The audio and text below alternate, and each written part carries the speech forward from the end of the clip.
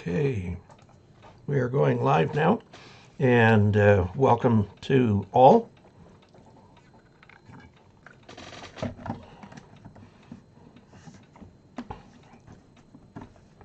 Can't tell just exactly when the thing starts here. There's a significant delay. I've got a screen over here where I can see myself in real time, and another screen over here where I'm quite a ways behind real time. So, welcome to everybody. I'm Dave Casler, amateur radio call sign KE0OG, here with another episode of our weekly live stream. It's Thursday at 6:45 Mountain Time, and here we are forging ahead for another one. Let's see, we'll save the announcements for later, but I will be attending Pacificon. And so this coming week, I'm not sure whether I'll be able to get on Thursday evening or not. It all depends on how far we make. It takes 3 days to get out there. And unfortunately, my wife has a meeting on the morning of that first day, so we're going to be racing to make up time. Ideally, we'd get as far as Wendover and then to Reno and then to California. But I think Wendover's probably out of the question at this point. And you can go west from Salt Lake City on I-80, and there's a little bit there, kind of around the corner by the Kennecott Copper Mine. And then there's essentially nothing until you get to Wendover. As I know, I just did that trip with the motorhome for the excursion out to the Carson City Flight School. So welcome to everybody. And it's October, which means that tonight we're going to be giving this away right here. And I've been mixing up the envelopes. I've got quite a few right here. We'll pick someone from that. About halfway through the show. We'll see how we're doing. Let's see. Eddie's K6STW says greetings from CM98. Optical Man Jeff, KE0KRO, says hello Dave from cool Sioux Fall, Idaho, where it's 45 degrees. Fall has arrived rather suddenly. For some reason it says minus 50 degrees here. It's 59. I don't know how that happened. Joe Mercado, hello from Lebanon, Oregon. KG7JM, very best wishes. Chuck Schreiber says, good evening, Dave, and all Augies and 5 KVO from the hill country of South Texas. Beautiful fall evening, 79 and low humidity, ready for class. Great, great. Fall is a very nice season. Unfortunately, it is too short, and then winter begins.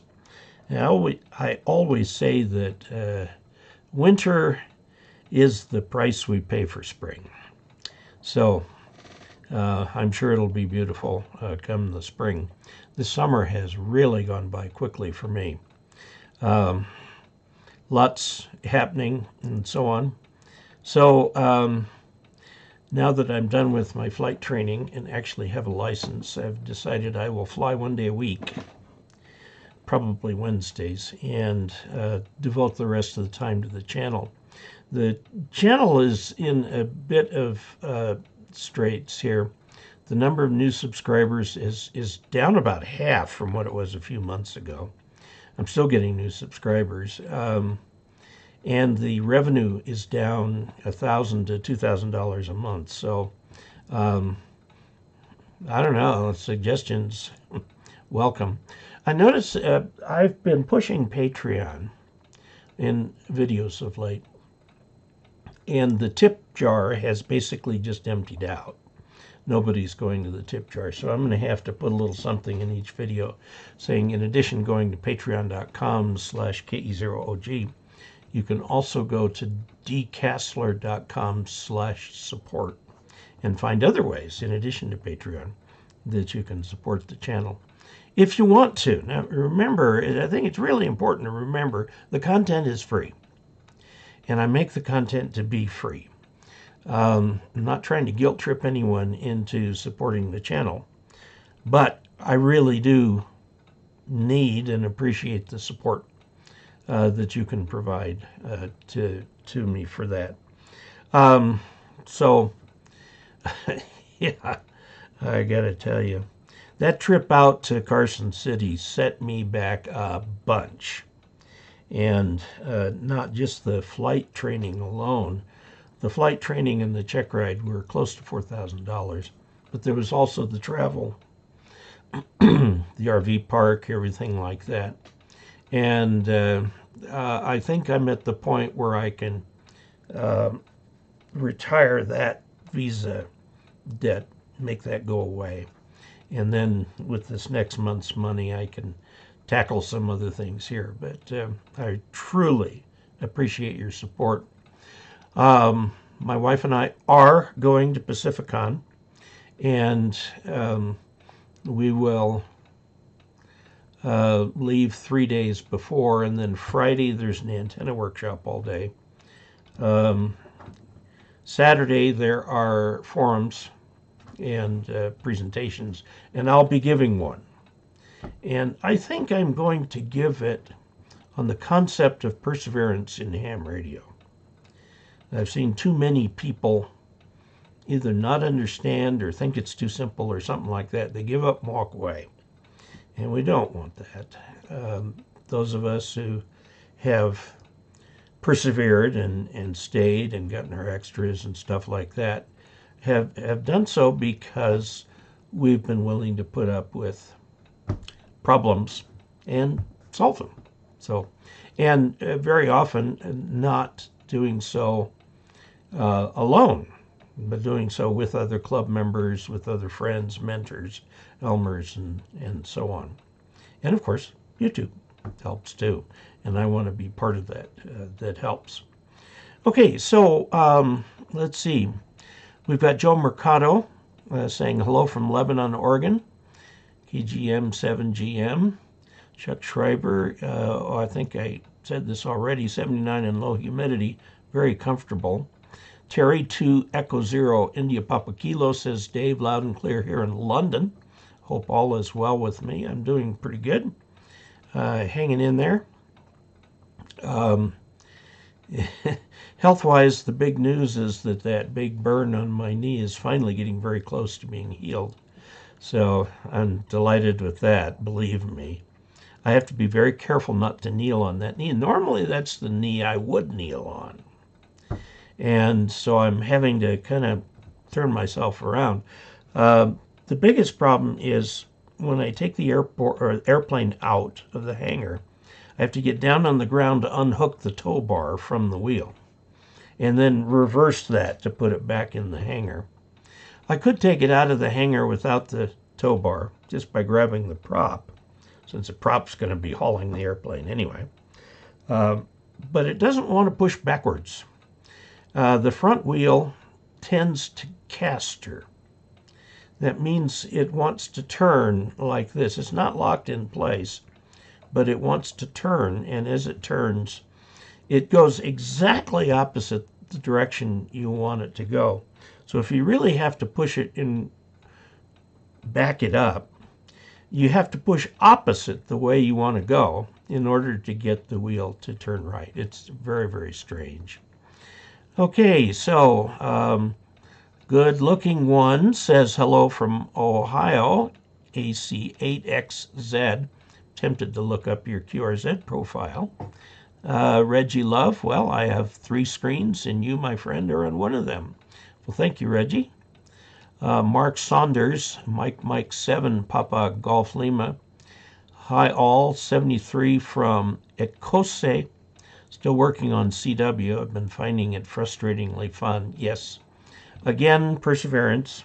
I would recommend that assuming you've got a radio, you've got a call sign, assuming you've got a radio, that you start, once you learn all the letters, get on the air with somebody and learn together. I did this when I was a new novice, had just graduated from college, and would get on every night with a friend, WB6MMJ, who lived across town, about a mile away. And we would practice code with each other for hours and go back and forth and back and forth. And it really helped. But just getting on the air, even at 5 words a minute. By the way, 7.110 is megahertz, is the slow code area around there. Also, you can find some slower code about 7060, somewhere in that range, 7050 to 7060. You can get some pretty slow code. The really slow code's up about 7110, give or take 5 kilohertz. And just persist. There's nothing that makes you learn the code the fastest than knowing that the guy can't just grab his 2-meter microphone and say, I meant O. So. JT6188 says, good evening from Arizona. I understand you guys have gotten some rain down there. Neil Marsh says, good evening, Dave, and all from W7NRM in Mount St. Helens country. Chris Wilson, good morning, all from Sydney. Well, hello, and hello from down under. Good to have you here. We're spanning the globe. Walter Ockham says, good evening from everyone. Orlando, Florida, waves a hand hello. James McDonough says, all right, Dave, watching from England. Bill Malman, howdy from AB4P in Tennessee. Don Zed says, fall colors and temps here in the Twin Cities of Minnesota. KC0DWZ. Yeah, we're having fall colors right now. I haven't had much of a chance to see them, except from the airplane. And they look good up there. I don't fly that high. So I was up about 8,500 feet yesterday. My wife was down at a friend's house in Ridgeway with doing some other people doing some art. And so I figured I'd circle Ridgeway, see if anybody heard the noise. But I was 1,500 feet above the town. The minimum distance above settled areas is 1,000 feet, but I was at 1,500. They didn't hear me. And I didn't want to let go of the controls to call my wife and say, hey, go outside and look. I'm right up above you. But maybe I'll get better at that. So let's see. Mount St. Sydney. Walter Ockham is waving a hand. All right, Dave, watching from England. Bill Malman, howdy from AB4P in Tennessee. Fall colors, there we go. Warren Richard says, hi, Dave, loud and clear into Western Australia, VK6 vet. I would imagine if he's in Western Australia, he's close to 12 hours behind us. So it'd be morning over there. Let's see. Where'd we go? Oh, okay. Leon Ritchie says, hello from Scottsdale, Arizona. KE7CHX, Chris Wilson. This afternoon, if I can finish my client work, I'm going to try out my poke out the window antenna on 15 meters. Well, good. Good for you. Glenn Martin says, hello from far west Missouri. 63 degrees Fahrenheit, 40% relative humidity. Nice and pleasant, actually sweater weather.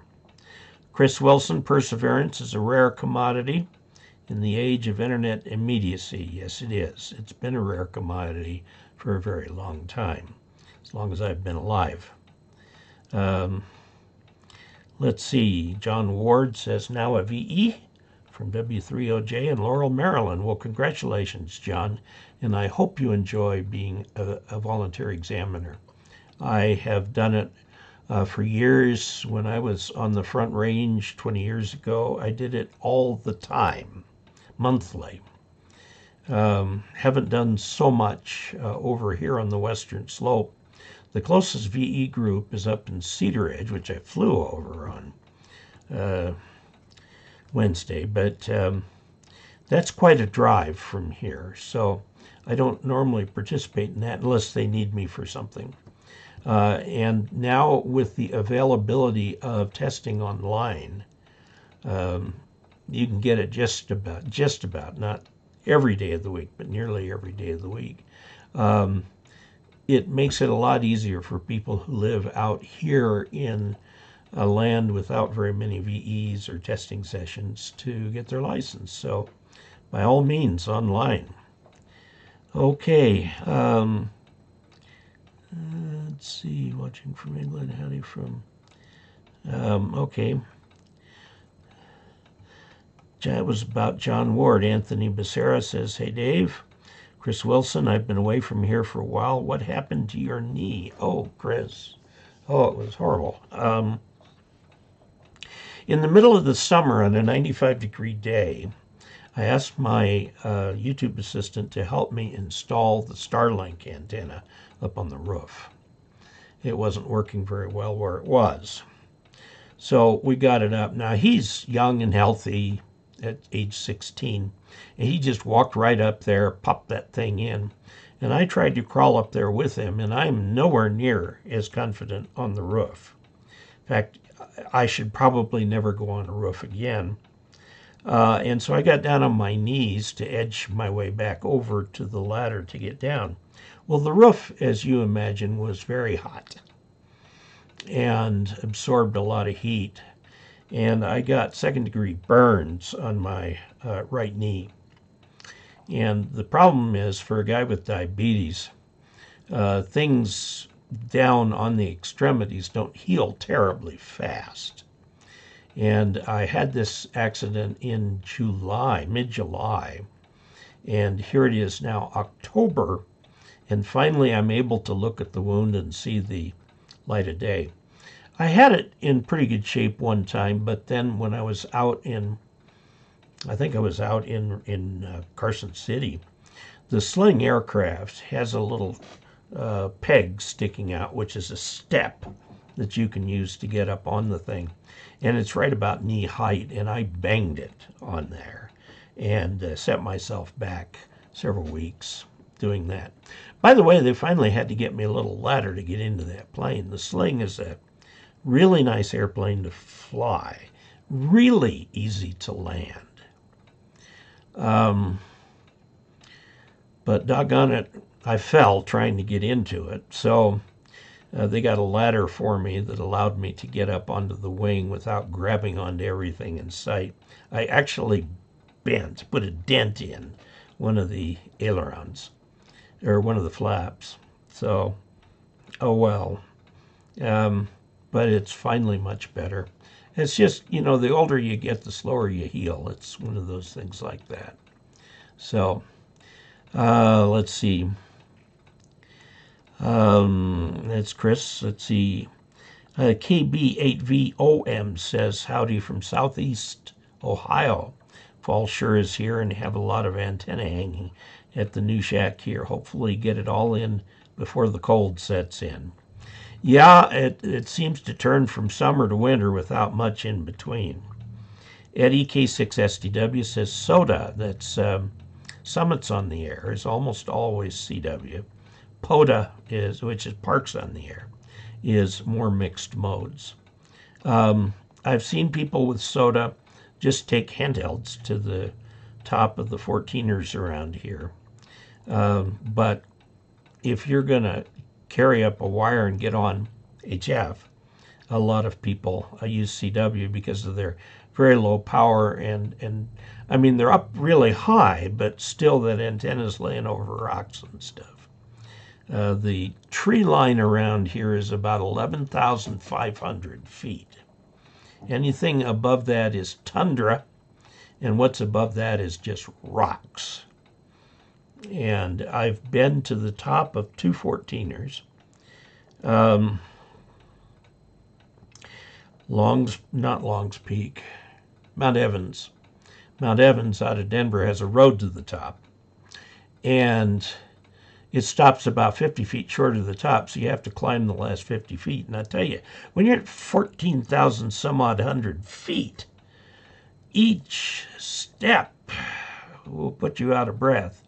I've also been to the top of Pikes Peak. There's a cog railway going up to the top of that, also a road if you want to drive up there. I took my motorcycle to the top of Mount Evans, and boy, it did not want to perform at 14,000 feet. Oh, man, it was barely kicking over. So, no air, no air. You know, it's interesting, in my water bottle, I take some water before I land, and then when I get back to the ground, the bottle is all pushed in like this from the difference in altitude. So, okay, Brian Unrow says, I use an electric winch with a wireless remote from Harbor Freight mounted on the back wall of the hangar that I hooked to the tail. I stay on the front wheel with the tow bar and use the remote to pull the aircraft back. I think your airplane's probably heavier than mine. I know there are people who use either gasoline-powered or battery-powered tugs. And I guess I could look at that at some point, but I've decided to stop spending money for a while. I've got to catch up. This push over the top to get my sport license was overdue, but it was expensive. It was over $4,000, just for about $4,000. They have the airplane, and then you go up with one of their instructor pilots to get qualified in the sling. And you can't even bring your own headphones. You're supposed to use their headphones. Like I said, the sling is really nice to fly. Oh, and landing. Every landing I made was just smooth on that thing. And yesterday when I landed, I did 2 landings, one at Montrose and one at Delta. And I got to work on that more. There's some secret that I have not yet quite cracked for doing a nice smooth landing. It wants to drop the last couple feet. So I'll figure that out one of these days. And I'm going to figure it out by myself. It's just a matter of persevering, practicing. So I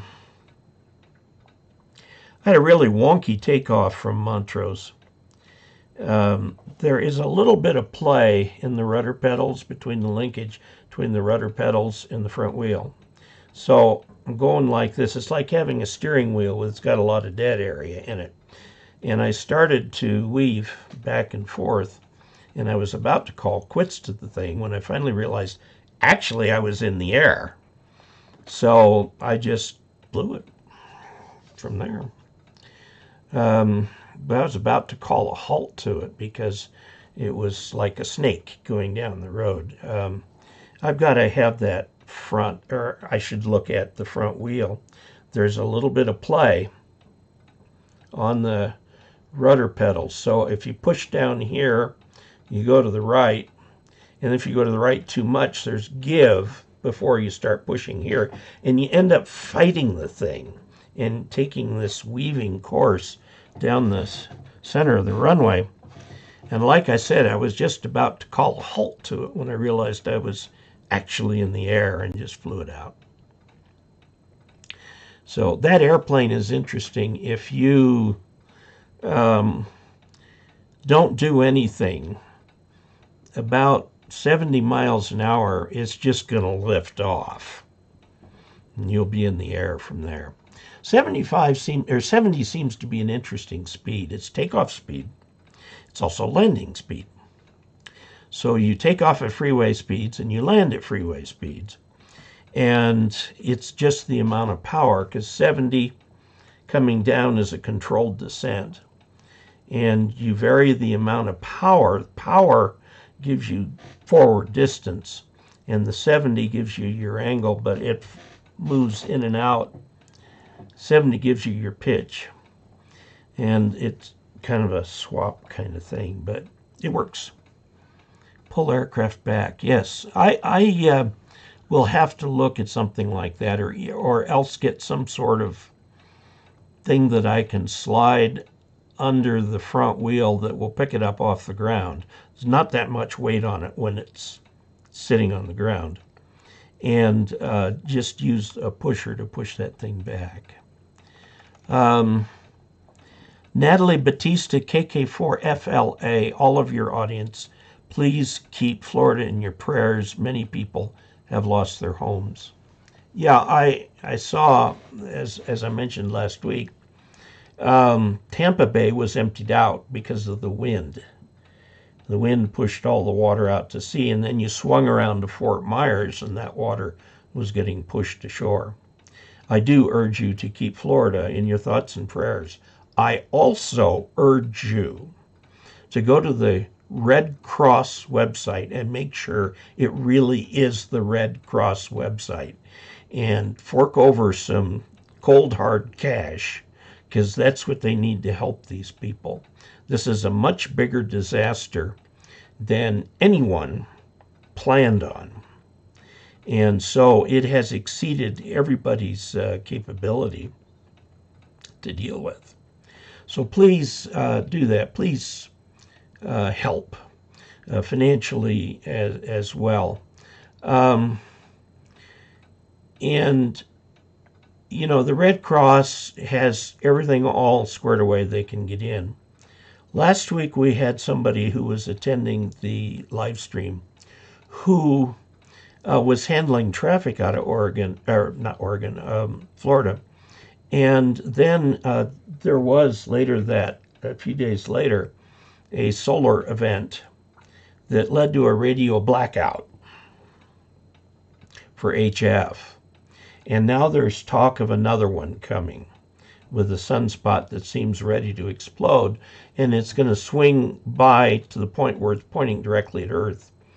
And if it gets beyond this good, it can go explode all at once to Mars, but please not to us. We need the radio waves right now.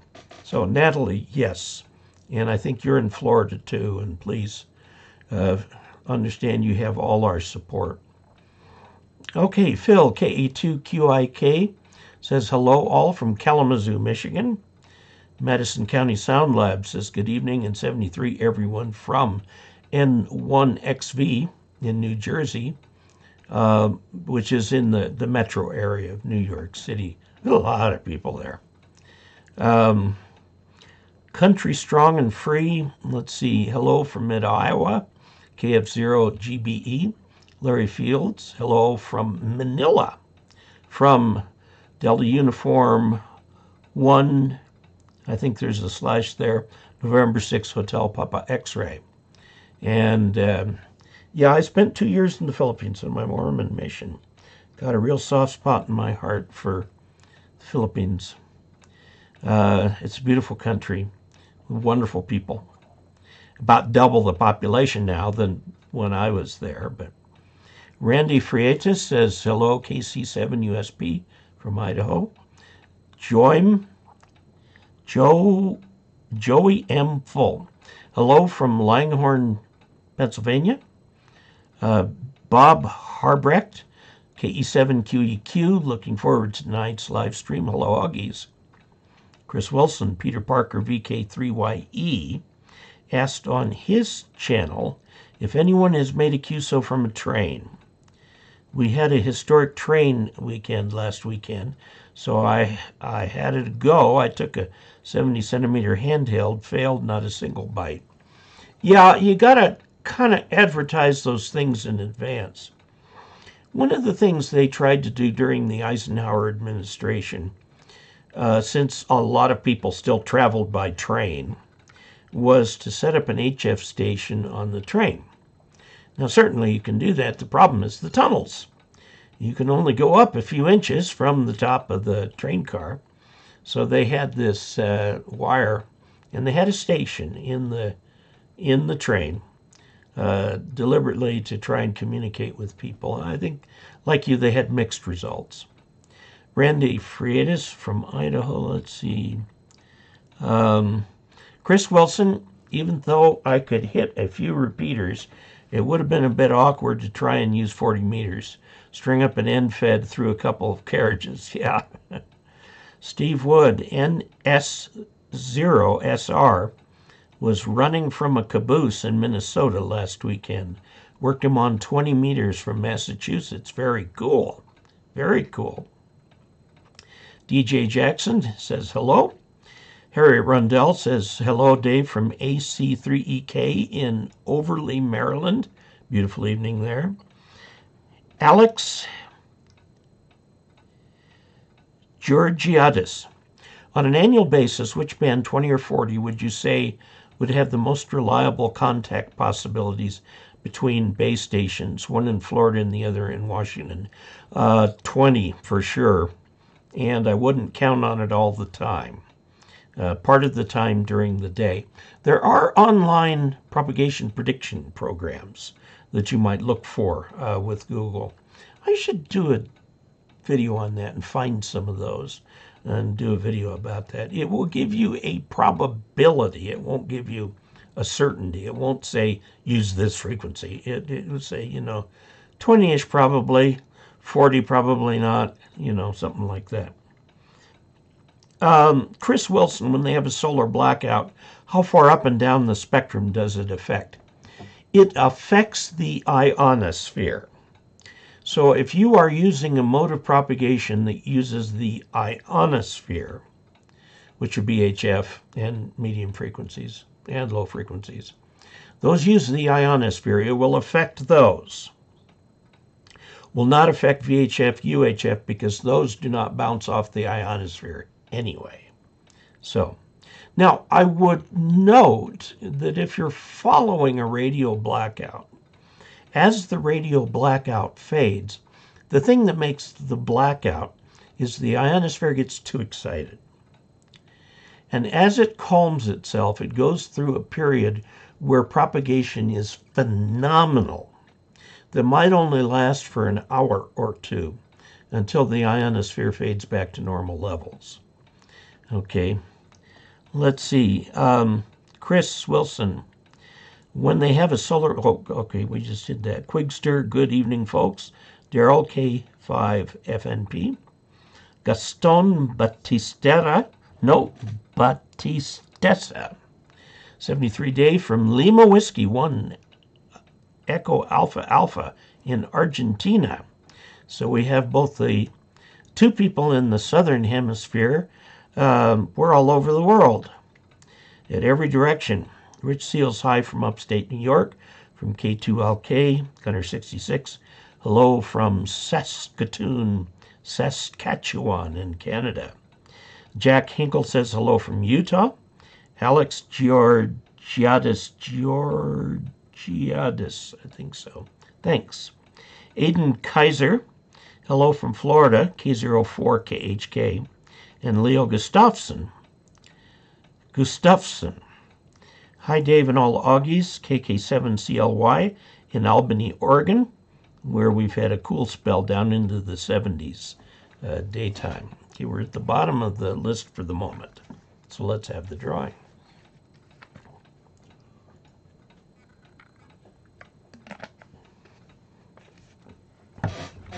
Okay. This is the giveaway, a Radioddity GD88. It was the subject of a recent review. It's a DMR and FM radio on both 70 centimeters and 2 meters. Okay, nice radio, very nice radio. Okay, so we've got the entries here, and I've been going through them, just shuffling them back and forth like this for a while before the live stream started. So let's just stick a finger in the middle, and it'll be the one above my finger. Okay, so we'll put that part down. Turn this over. It's from blank, as you can see. Now it's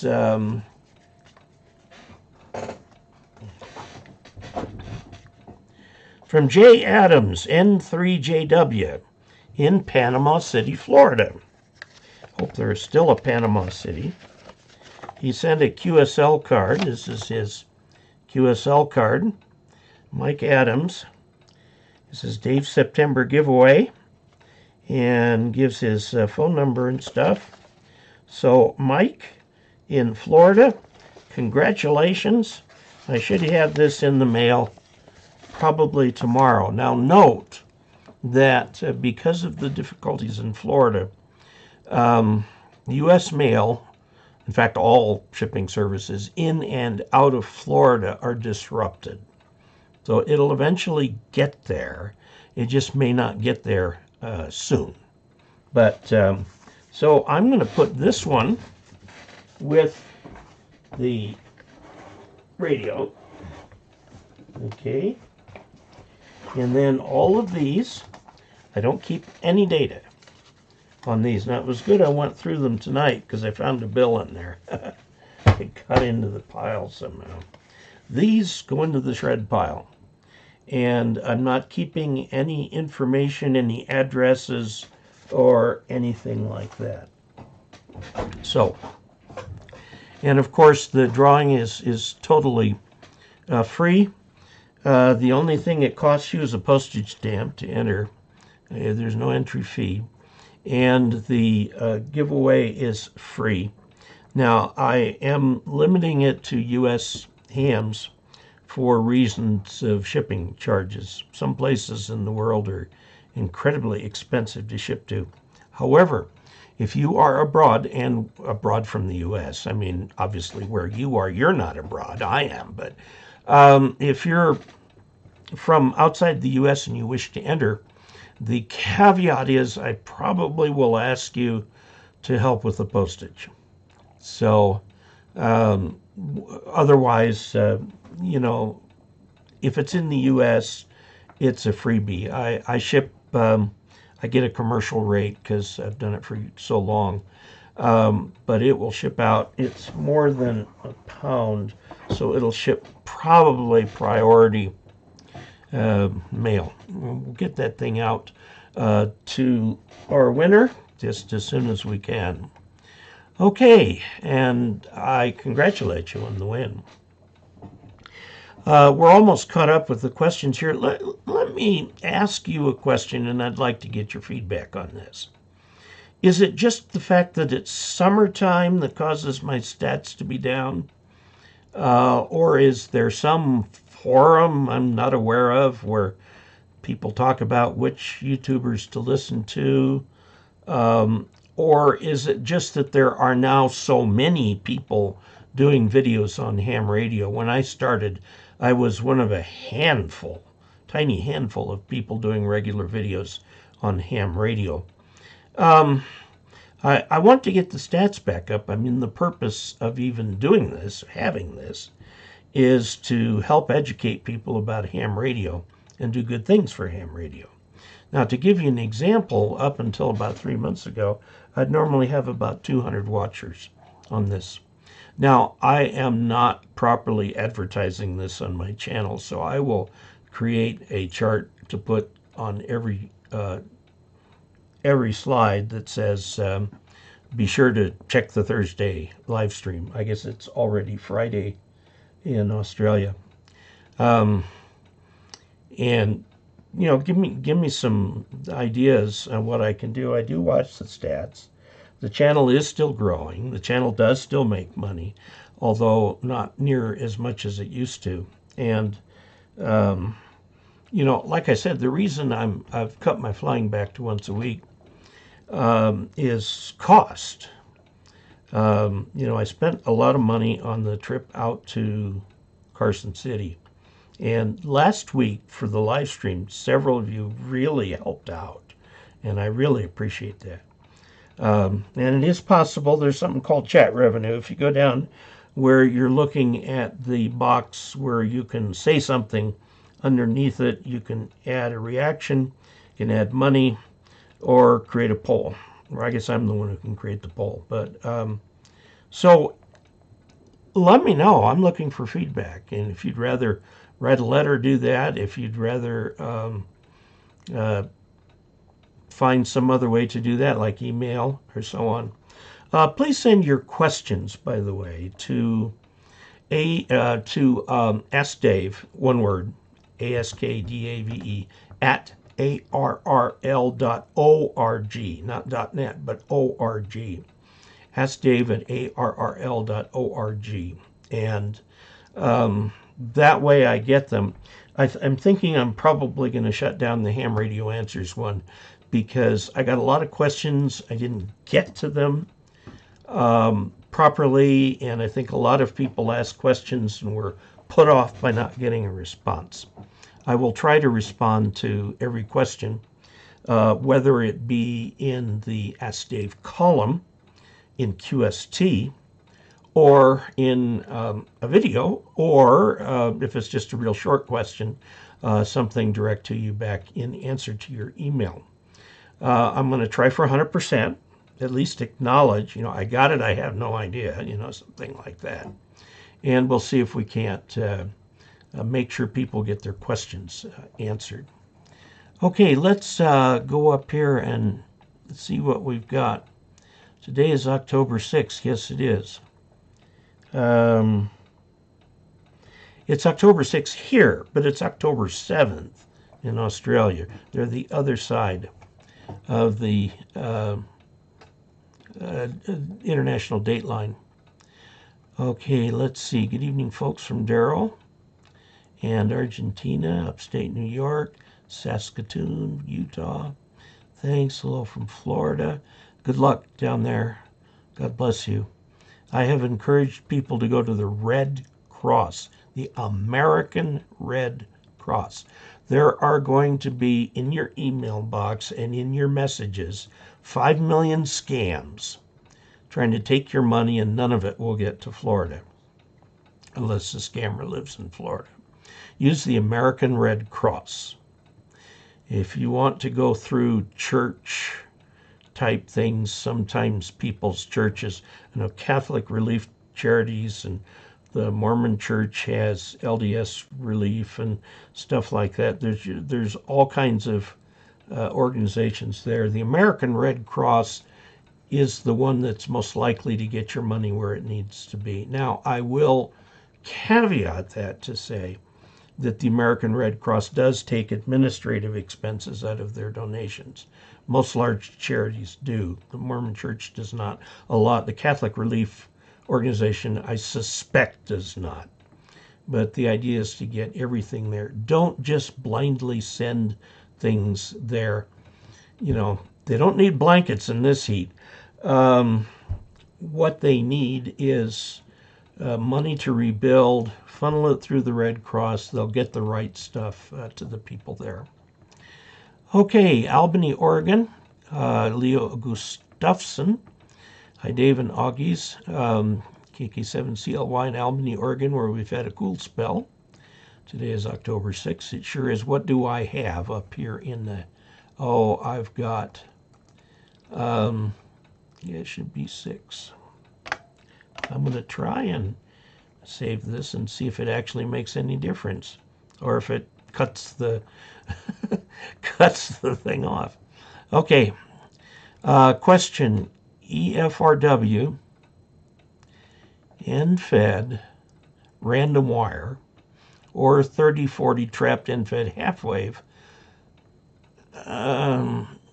End-fed half waves are not normally trapped for a portable QRP rig. The League, the ARRL, makes a kit for an end-fed half wave for 40 on up. The end-fed random wire, you are going to need a tuner. Okay, now the definition of a long wire is at least 2 or 3 wavelengths. A random wire with one of the modern tuners that sits at the base or end of the antenna will work just about any length from 8 feet on up. If you're going to go portable, you've got to have some way of getting the antenna in the air. Take a look at the buddy poles or buddy stick. They're very portable. And you can put that thing on multiple bands by moving the little clip on the thing. So take a look at that. KB8VOM says, congratulations, Mike.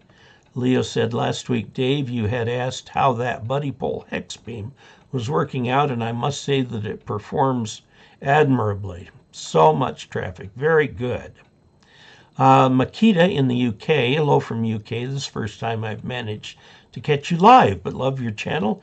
You are a great help and a great ambassador from the hobby. Keep up the good work. 73, Mike 7 Lima Tango Golf. Thank you. Kevin Snow. Hello from Waco, KD6, LYG 73, the best wishes. Chris Wilson, you have a lot of competition. Just haven't had my Fridays free to watch for a while. Needed to be with customers or on the phone to them. I understand that.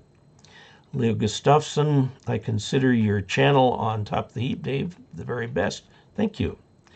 Daniel Yerke, maybe more people are watching now. You know, that is probably a major factor. When I was a kid, and I do mean a kid, in the 1950s and 60s, it was standard that the work week was 40 hours, period. And at the end of the day, which came around 5 o'clock, you went home. You had dinner with your family, watched some TV, or took care of your hobby. Fraternal organizations like the Elks and the Masons and so on thrived. And then the 40-hour work week in the 70s and 80s kind of went out the window. And people were just expected to be on all the time, especially now. And people don't have time to join the Masons or the Elks. They don't have as much time to go to ham radio club meetings or perform a hobby. And this is a real problem. And it's been 30, 40 years since that was true.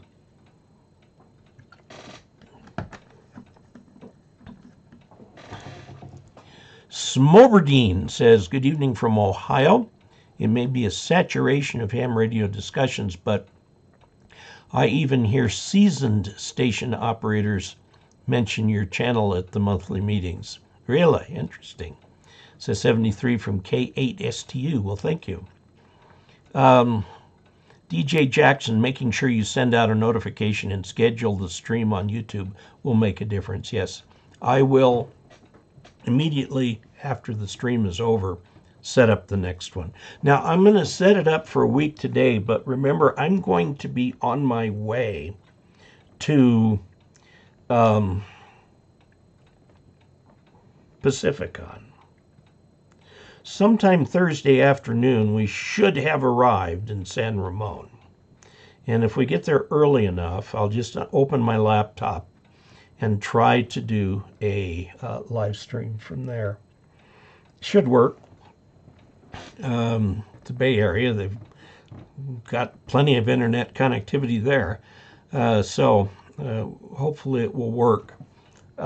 If it doesn't, I'll be on the following Thursday. I'll be home by then. Okay. Optical Man Jeff, KE0OG adds $15 to the chat revenue. Says, thanks, Dave, for all your help with ham radio. Thank you very much. Chris Wilson, YouTube takes a third of the super chats. They do take a pretty hairy hunk.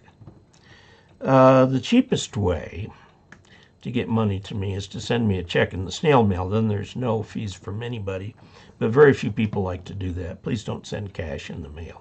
If you do, make sure it's wrapped really well. Google takes a fair amount. Patreon takes more than I think they should. PayPal takes the least. I do have an option if you go to dcasler.com/support where you can do a one-time tip through PayPal. If you do a $1 tip, they'll take half of it. So more than that. But they take, I think, 7% plus 35 cents or something like that. So it depends. If you're not in the United States, they take a higher fee. Why? I don't know. And it's Not hard for computers to do a currency change. I don't know. But be that as it may, PayPal is the cheapest. So there is a way there where you can, quote, subscribe via PayPal. And I've got it set up for $5, $10, or $20. Most people do the $5. And then I get most of that. And there's a long list of people who do that. I should put that list up on the video. Patreon is good because there's a messaging capability there. If you want to send me a message, I'll get it. If you want to ask a question, I'll get it. And I will, I'll admit that if you ask a question, it goes to the top of the heap of the questions if you're a patron. So now you don't have to do that. You can send a question to askdavid@arrl.net, and I'll give it my best. As I said, the channel is free, but it is made possible by those who support it. So thank you. Let's see. End of summer, beginning of school, new amateur radio content creators. I think other YouTubers are also seeing numbers drop. I know of one that has completely stopped. That's interesting. Yeah, there's some great YouTubers out there. W2AEW has the most technical channel that I've seen. I'm somewhat technical. I'm aiming kind of at the general middle, not the amateur extra. Although, for the October QST, it's the October QST, my column is here. Ask Dave.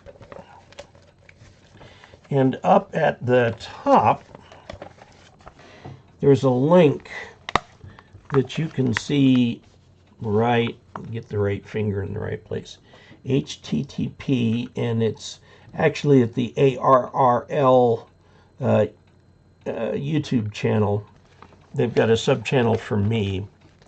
And I took this last article on noise and noise figure and noise floor, and I greatly expanded it. It's a 30-minute video on noise. And I covered in that video only part of section 5.8 in the Radio Amateur Handbook on noise. Just some of the basics about where the noise comes from, how noise can come from nowhere. It's not actually nowhere. And it is something that I had a guy write to me very, very convinced that noise comes from lossy cables. Well, a lossy cable, like all cables are lossy. Okay, so it's like saying it comes from cables. But he says that's basically the only source. And I wrote back to him and I says, no, that's not where it comes from. And then he wrote back to me just absolutely adamant that lossy cables contribute to noise figure. They do.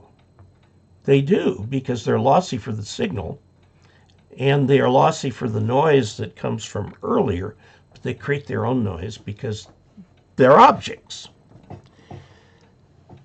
And so to avoid the problem of loss in the cable of very, very, very faint signals, we put a preamp in front of the cable. This is why all your satellite dishes have a low noise amplifier right at the feed point. And then you've got cable coming, RG6 cable coming down into your home from there, because that picks up and amplifies it enough that the loss on the RG6 cable just isn't relevant. So anyway, I did a 30-minute video, but it was not up in time to send a link to this guy. It's up now. So if you'd like to either be one, bored stiff, or two, learn all about noise, go check that one out. That is definitely an amateur extra class kind of thing, but it's also quite fascinating. Radio astronomers want to hear the signals from the stars. Joe Taylor, K1JT, is one of those. He's a Nobel Prize winner for his work on quasars. I think it's quasars. Might be pulsars. I think quasars. No, pulsars. One of those two. Anyway, a lot of the work that he's done to understand and reject noise and then take the signal and get it out of there, tease it out of there. That sort of work has led to JT65, FT8, so on and so forth, incorporate a lot of those things. It's absolutely fabulous.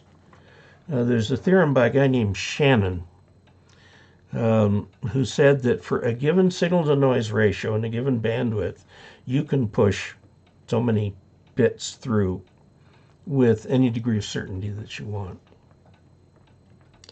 And it was based on that work and some follow-on work that we had the internet. But be that as it may, the noise is a fascinating subject. And if you can handle 30 minutes of looking at charts and some equations, go ahead and take a look at that. I'd be very interested in your reaction. Okay, Pete Dayton's channel, Fly Every Week or You Will Be Dangerous. Yes, and I'm beginning to think, having now done 2 weeks in a row with one-day flying, I told you about that wonky takeoff from Montrose where the slack in the front wheel control with the rudder pedals made me kind of weave down the runway, and I was a nanosecond from aborting when I realized that I was actually in the air and could just go. And so I did, but that was a little frightening. And you said, Pete, you won silver in the T6 in Reno. Reno is a big deal air race. It was going on when I was there. And if I'd had enough energy, I would have driven up to Reno, it's on the far side of Reno, and gone and watched. But a jet airplane at the very end, the very last day, a jet airplane crashed. And it was being flown by a rookie who the year before had won that race in a jet. This is a jet, like a fighter jet. And he won the race. He's not competing against biplanes. That's a separate competition. But he went and he veered and he discovered he was going to come inside a pylon rather than go around the pylon. So he did a very quick correction and pulled it around and pulled it in tighter.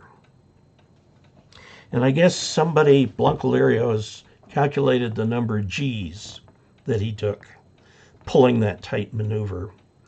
And his theory, and I think this is probably a very realistic theory, is he pulled enough G's to black out.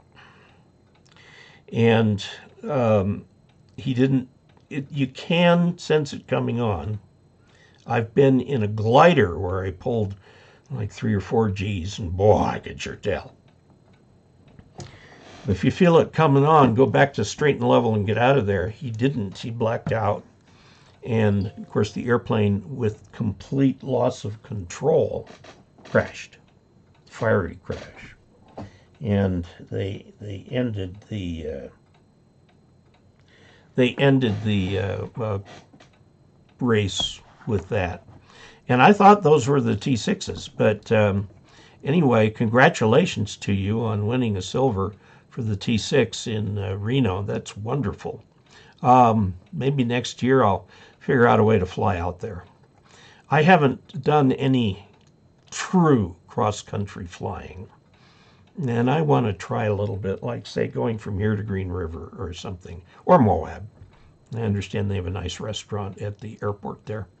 It'd be definitely they call it the $100 hamburger, where you fly somewhere, eat, and come back. And nowadays it might be more than that.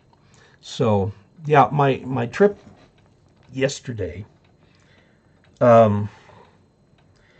I had 5 gallons of gas in each tank, so that was 10 gallons of gas, and the aircraft burns about 4 gallons an hour. So I figured I had 2 hours and a reserve. Well, the way you take each tank, there's a little spigot at the top, a spigot at the bottom, and they run a clear tubing between the two. And it's calibrated up along the tube so you can see how much gas you have. It's not calibrated very well, because I was looking at it coming back from Ridgeway and going, I don't see any gas in there. And so that's why I landed at Montrose. I came into Montrose and went over to the FBO there and said, fill her up. And they did. They gave me 11 gallons of gas. Fill it up. That meant I had 7 gallons of gas left. And so I've got to do better at, in fact, I brought my Hobbs log home with me so that I could really get a better handle on how many gallons. That we have an excellent connection when the thing has frozen. That's very strange.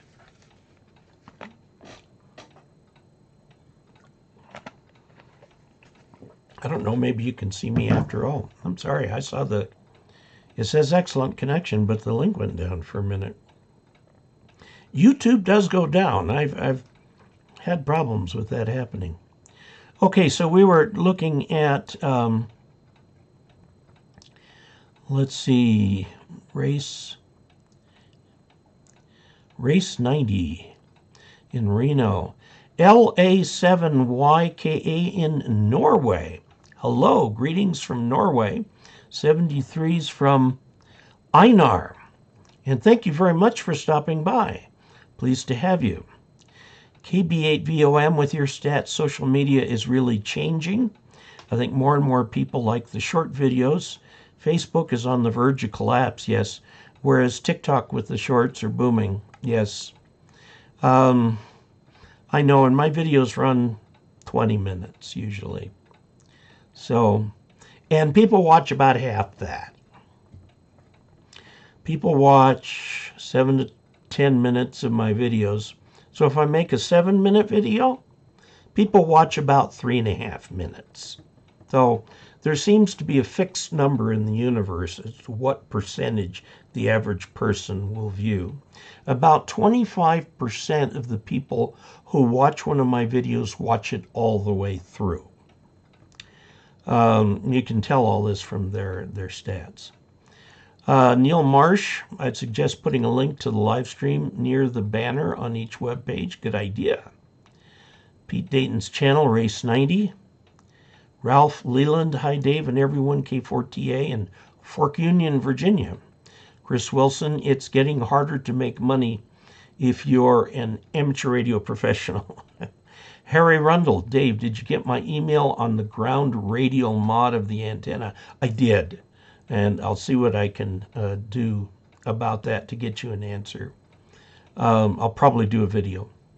Optical Man Jeff, KE0OG, could you put the invite for the live stream up early in the day so we don't forget? I'll put it up right now, as soon as we're done. I'll put the link to the next live stream up in the up here, so it'll, yeah, I'm trying to do it. Maybe I ought to do 2 or 3 of them at a time so that they'll be scheduled. Let's see, Ron Champagne, Victor Echo 7 Bravo, Foxtrot Mike. Hi all, sandstorm here in Indio, California. I have been to Indio. When I was a teenager, I had an uncle who had a place out in Indio. And I went and stayed with him for a couple weeks. And we did some desert stuff and things like that. But I just remember that he would not turn on the air conditioner at night. He just wouldn't do it. And man, I think I lost 3 pounds from the water I lost just trying to sleep. Hey, Victor Echo 7 Bravo Foxtrot Mike /W6. Well, if on your way home you happen to go up through the Bay Area, this coming weekend, not this weekend, next weekend, is going to be Pacificon. Stop by, say hi. Theo Vermeulen. Hello from Papa Delta 7 Alpha Charlie. Hello. Larry Fields, we get scams too, and there's some groups call on the phone. NTC phone companies tell us not to respond. Yeah, I don't. My phone at this point up at the top says potential spam, and I never answer those. So, George Legault, hello, Dave from Orange City, Florida. I hope you're okay down there. I know that hurricane went through. I went through a hurricane in Florida back in the late 70s. Hurricane Frederick. And we got 18 inches of rain in 11 hours. And it flooded everything. So, wow. A WW7 GPL. Optical Man Jeff bought a BC611. The original handy talkie at a rummage sale. Does anyone that might know where I can find parts? There was an article on that. Now, where did I see that article? It might have been in Electric Radio. Because those things can be repaired and made to work. Yes. They use little itty-bitty teeny tubes, but they still take a fair amount of battery power. Like the big Achilles heel of electron tubes is the power required for the filaments. Where you can find parts, yes, go to the website is this ERMAG, ERMAG.com. Electric Radio magazine.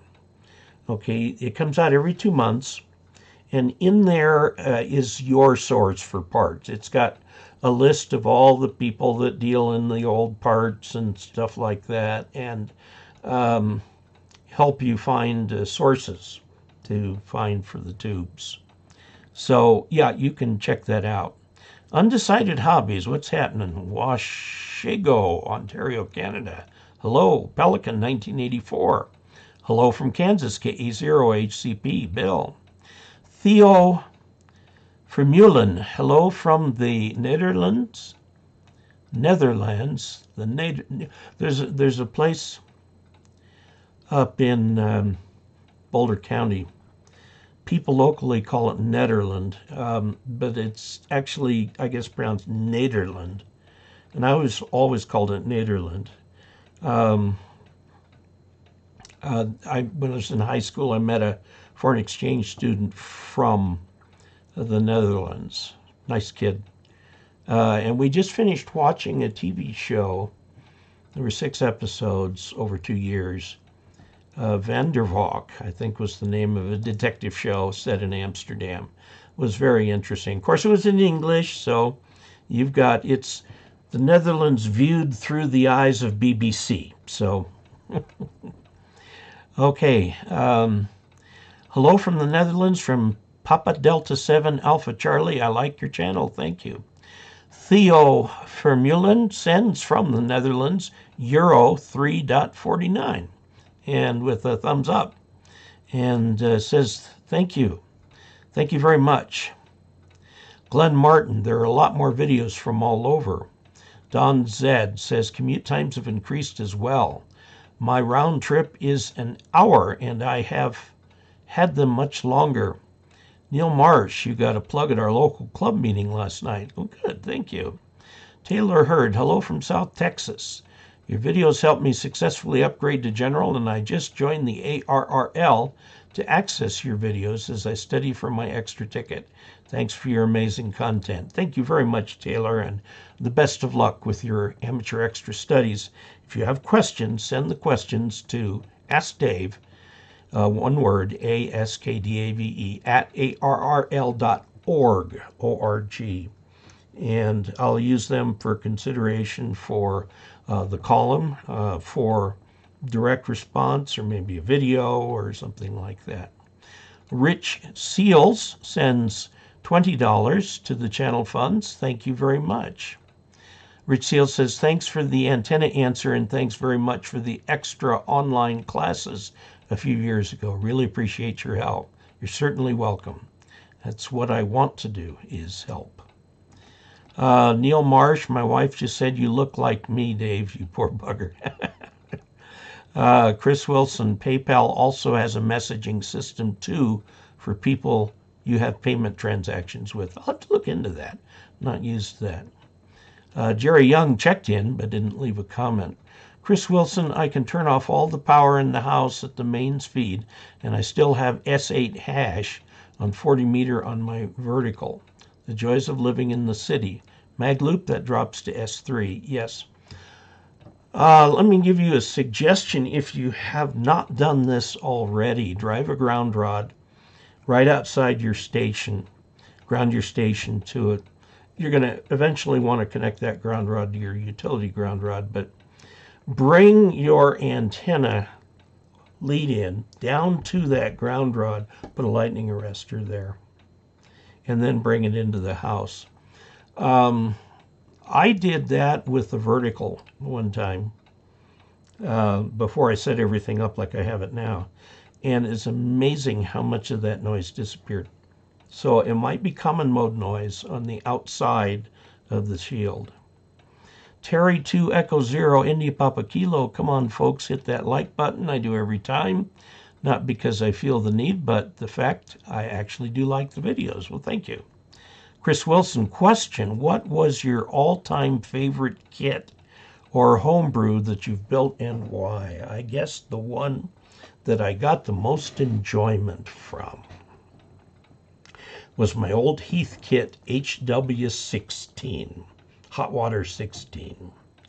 It was my first real radio, CW only, novice bands only, crystal controlled, although I later got the VFO for it.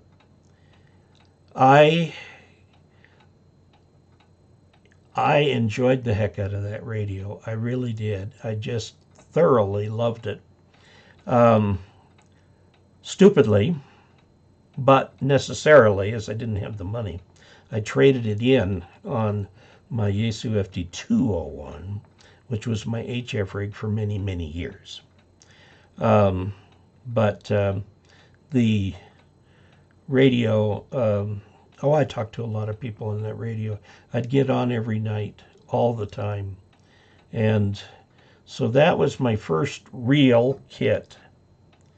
And I learned to solder on that thing.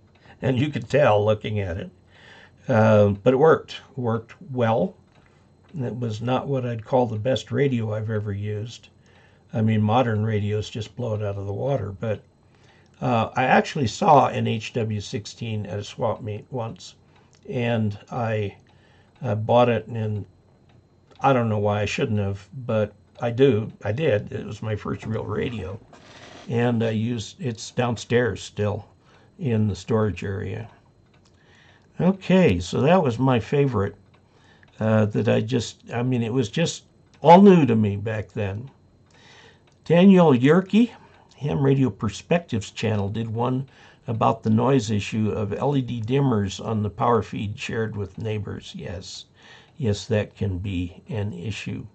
But that is conducted emissions, and it is getting into your thing through the power supply. So a few well-placed ferrites could really help that. I've thought about, as part of the background over here for my videos, getting one of those globular LEDs that's got the dim orange glow. I mean, they're more to look at than create light. I saw one today at Home Depot. I'll have to set up something so I can fix one up. William Bingham, struggling with house, 3 down, running LED string lights with switching power supplies, creating 15 dB over S9 and 80 meters. Uncooperative to my suggestions. Well, there are several things you can do. From the simple is ferrite beads, both in the input and the output of that power supply. Another thing you can do is mount it all in an aluminum box or something to get that light out of there. And of course, the LEDs themselves act as antennas. Now, in an LED, and that are all LED bulbs, as is that. I'm a great believer in LEDs. However, they have to, LEDs are current-driven devices. Put too much current through them, you'll blow them out. And so when we use them with 12 volts, we put a current limiting resistor in series. But the inside the LED bulb itself, in the base of the bulb, now I can pick up this one right here. I can just put my hand on it because it's not hot on the plastic. If I can ever get it out of there. This is an LED bulb. This is where the heat is dissipated. That's very hot. Okay. And this is actually made of plastic. Okay. The inside is probably filled with nitrogen or some gas that the stuff won't react with. And in the base here, there's a very tiny, minuscule current source. Those of you who have played with, 7800 series voltage regulators know that you can set them up to be current sources instead of voltage sources. And whereas the old incandescent were voltage driven, the new LEDs are current driven. That's why if you get a power surge, you don't see much out of them because it just takes care of it, as long as it doesn't burn it out. Okay. Yeah. Caller radio, better do it before fuel prices go up, especially after the midterms in November. Oh, yes. Gas prices always historically come down just prior to elections because the petroleum companies don't want people mad at them during an election season. And then right after the election, they jump. I mean, it's happened every time there's any significant election.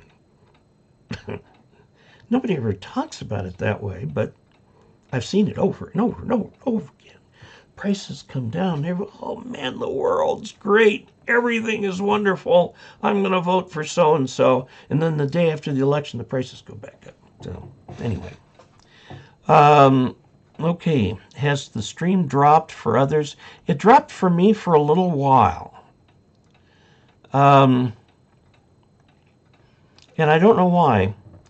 Neil Marsh, when I was taking lessons back in '73, my instructor told me that gas gauges are all liars. Yes, they are. Oh, it just went off again. Yes. Yep, buffering, stream stop, but run on again. But it's back and you're back. Okay, close out and reopen. Fixed it. 73 from Melbourne. Appreciate all your videos. VK3ZAI.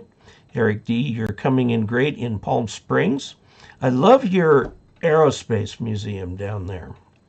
I visited it once and was not there long enough to really get to see everything. I want to go back and see that.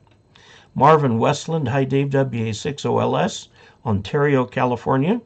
I've been there. Gabriel Guzman, N1 UFO, hi, from Brooklyn, New York City. Eric D, big sandstorm in Palm Springs right now as well.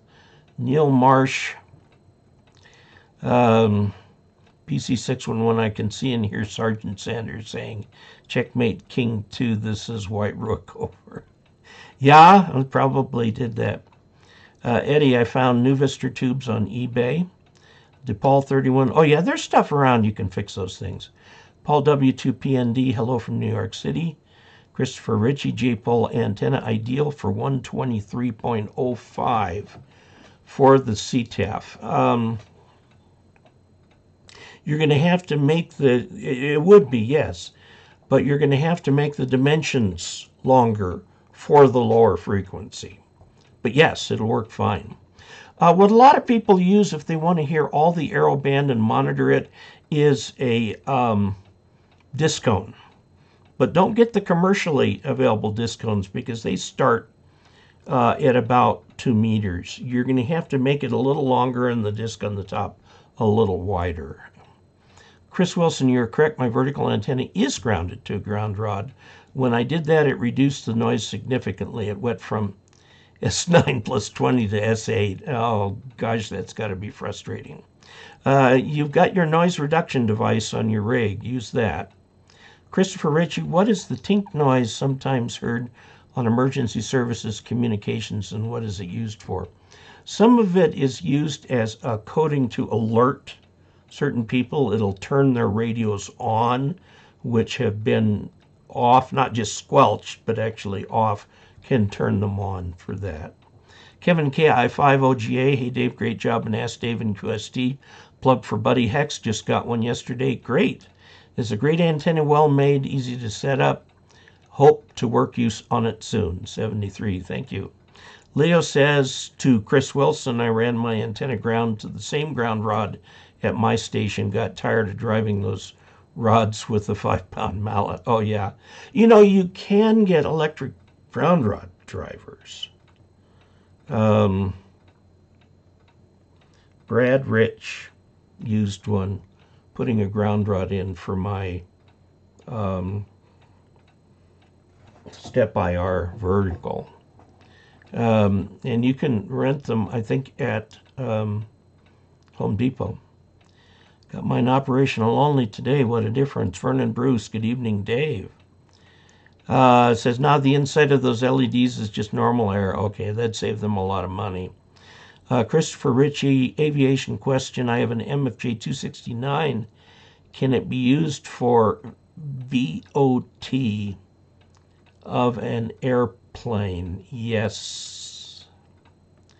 Yes, if you want to look at the SWR of your airplane antenna, you can. An MFJ 269 is their one step up antenna analyzer, and it should tune through those aviation frequencies. Chris Wilson, Leo says the ground is reasonably soft and wet without being too soggy, so not too difficult to drive one in with a decent sledgehammer. End-fed aluminum tube vertical, counterpoise, grounded. Yes, it should be grounded. Johan Roseman, VK6BLU from Perth. You are, I think he means such a great resource, Dave. It came out suck a great resource, Dave. I think he means such a great resource, Dave. Thanks. And thank you. And welcome, Johan. I don't think I've seen you here before. Welcome. Chris KB0BLU 73 from Minnesota. Working on CW with CW Academy. Humbling at times. Yes, it is. It is.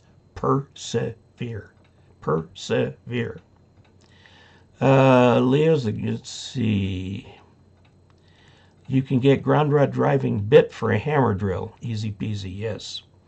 Leo's, Chris White, I'm dealing with clay soil out my way. Yeah, that's where you want the ground rod driver. That's nasty stuff. Those ground rods will go through rocks. I mean, if you pound on them hard enough, but you don't want to bend it in the process of doing it. And those hammer things deliver hammer blows rather than a constant push. CW Morse has a new CNC metal paddles. Oh, have to take a look at those, Chris. K0BLU. Johan says, going to set up my unfed halfway of 1080 sometime tomorrow. Height restriction here.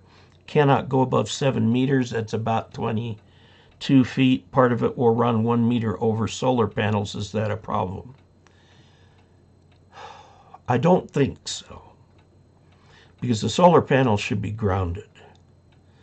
I'd avoid it if I could, but if you can't, give it a try. Take a look at the readings on the solar panels when you're doing this to make sure that you're not creating any kind of problems with it. You might, on the solar panel, put some those beads. What are the name of those beads? Having a senior moment. On this solar panel so that it won't let RF propagate through those things. Going to set up, let's see, it says 2. Neil Marsh, an electric demolition hammer is the ticket for driving a ground rod, especially if you have a layer of dense clay about 4 feet down. Chris, K0BLU, would like to find an alternative to the MFJ464 decoder. MFJ464, let's find out what that is. Screen. MFJ464. Low-priced force. Oh, that's obviously not what we're looking for here. MFJ CW keyer reader. Okay. The issue is this. Boy, I need some of those coaxial connectors there, barrel connectors. The problem with these older CW readers is that they only work if the code is machine sent. Like reading out of the memory out of your radio or something like that. That is the only way they're going to work. Now, I have been told that there's a piece of software that's much better, and I've lost the name of it. I've got it written down somewhere, and I'm going to try it and see if it really works. I did my master's thesis back in 1984 on the machine decoding of Morse code and decided that it was an almost intractable problem.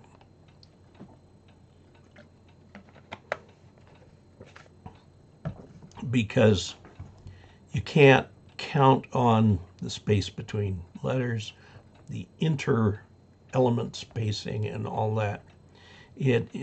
Anybody who tells you that CW is a digital mode hasn't really thought through the problem. CW is very much in analog mode because the closing and opening of the key is entirely under human control. It's not under the control of some sort of a clock mechanism that'll make everything even. It's very much manual.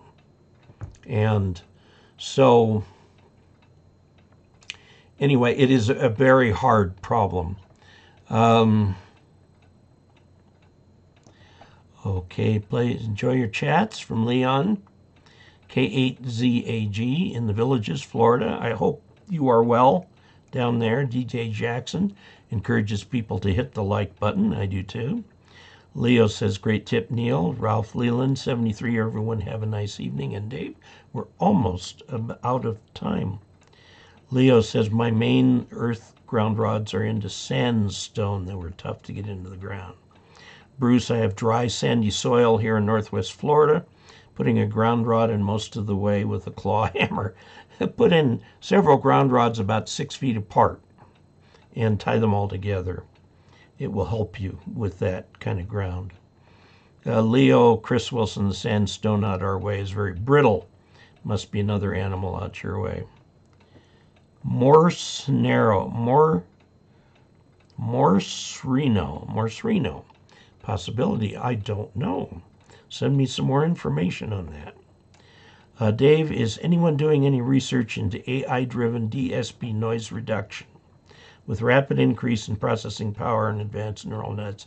The area is a hot area of study. Morse code is not a hot area of study. So it's going to have to take a hobbyist like yourself who knows AI to apply it to the reading Morse code problem. It's going to have to be a ham and a CW enthusiast who does it, because there's no commercial use for it at all. So anyway, we are out of time. So I'm just going to say thank you very much. Again, the winner of our drawing is Jay. Let's see if I've got a name to go with that. Mike Adams. N3JW. N3JW, Mike Adams, is, I guess Florida is in the news these days because he lives in Florida. He's going to get the GD88, which is the giveaway. I don't know what the giveaway is yet for October.